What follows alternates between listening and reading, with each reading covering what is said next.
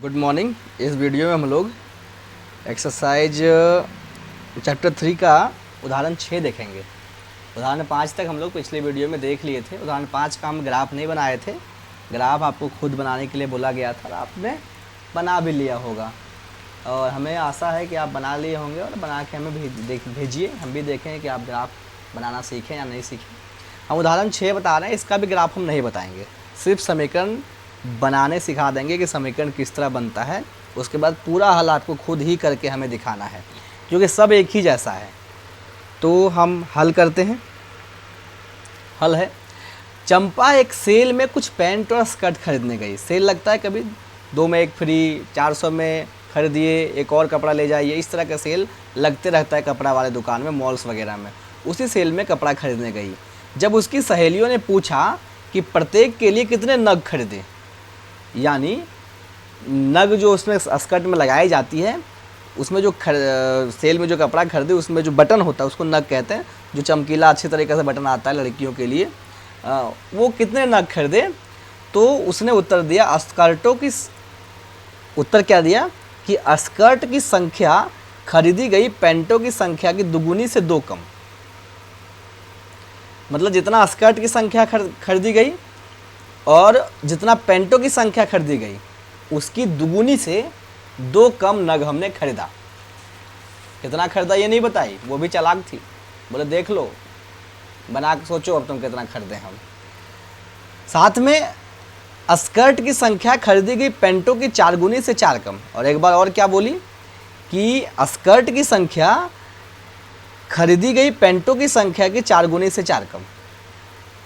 अब तो कन्फ्यूजन पैदा हो गया कि स्कर्ट के लिए कितना नग खरीदी और पैंट के लिए कितना नग खरीदी, तो पता ही नहीं चल रहा है। तो इसको हम लोग समीकरण के माध्यम से दिखाएंगे।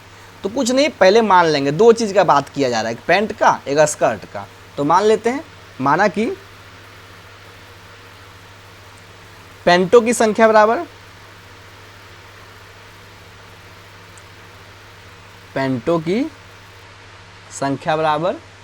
x, मतलब x पैंट खरीदा गया, और स्कर्टों की संख्या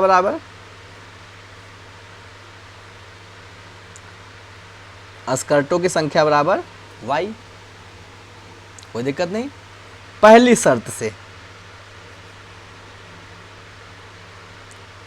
पहली शर्त क्या कह रहा है कि कितना, पहला कह रहा है स्कर्ट कितना खरीदा गया। स्कर्ट की संख्या, मतलब स्कर्ट की संख्या कितनी है, y कितना खरीदा गया, सिर्फ उतना ही पर ध्यान देंगे, एक ही लाइन पे। स्कर्ट की संख्या दिख रहा है, स्कर्ट की संख्या y थी, खरीदी गई पैंटों की संख्या की दुगुनी। पैंटों की संख्या कितनी खरीदी गई, x, और इसका दुगुना कर दिए। खरीदी गई पैंटों की संख्या की दुगुनी से 2 कम, ये हो गया हमारा समीकरण 1। बस इतना ही तो है। इसको आप हल कीजिएगा और फिर ग्राफ बनाइएगा। पहले हल क्या करना है, पहले a1 b1 b2 c2 निकालना है, फिर देखना है कि किस प्रकार का ग्राफ है, अद्वितीय हल है कि नहीं। दूसरी शर्त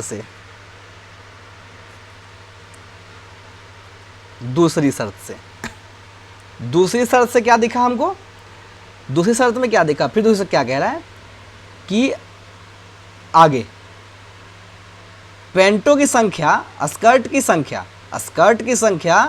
पैंटों की संख्या से 4 गुनी से 4 कम। दूसरा शर्त में क्या कह रहा है कि स्कर्ट की संख्या यानी y, खरीदी गई पैंटों की संख्या से 4 गुनी से 4 कम। ये समीकरण 2 कह रहा है। तो ये हमारे पास 2 समीकरण मिल गया। इस समीकरण का हम लोग हल करेंगे। हल करने के लिए क्या करेंगे, पहले हम लोग इसका निकालेंगे कि समीकरण किस प्रकार का है, समांतर है या संगत है कि असंगत है, संपाती है या असंपाती है। इस कुछ रूल में यानी हम लोग a1/a2, b1/b2 और c1/c2 निकालेंगे। जब ये निकल जाएगा तो हमें मिल जाएगा कि ये संगत है कि असंगत है। अगर संगत होगा तो ये किस प्रकार का हल दे रहा है, अद्वितीय हल दे रहा है, क्या परिमित रूप से अनेक हल दे रहा है कि कोई हल नहीं दे रहा है, तो हमें ये दिखाई देगा। और अगर ये सब कुछ मिल जाएगा तो हमें यह लग रहा है कि ये समीकरण जो है कौन सा हल देगा, अद्वितीय हल देगा। फिर इसका हम लोग ग्राफ बनाएंगे। तो इसे बनाकर आप कल हमें अगला क्लास में हमें दिखाएंगे। और हमें आशा रखते हैं अगर नहीं बन पाता है तो आप फिर कमेंट करेंगे, जहां हम छोड़े हैं उसके आगे से फिर बता देंगे नेक्स्ट वीडियो में। ठीक है, थैंक यू।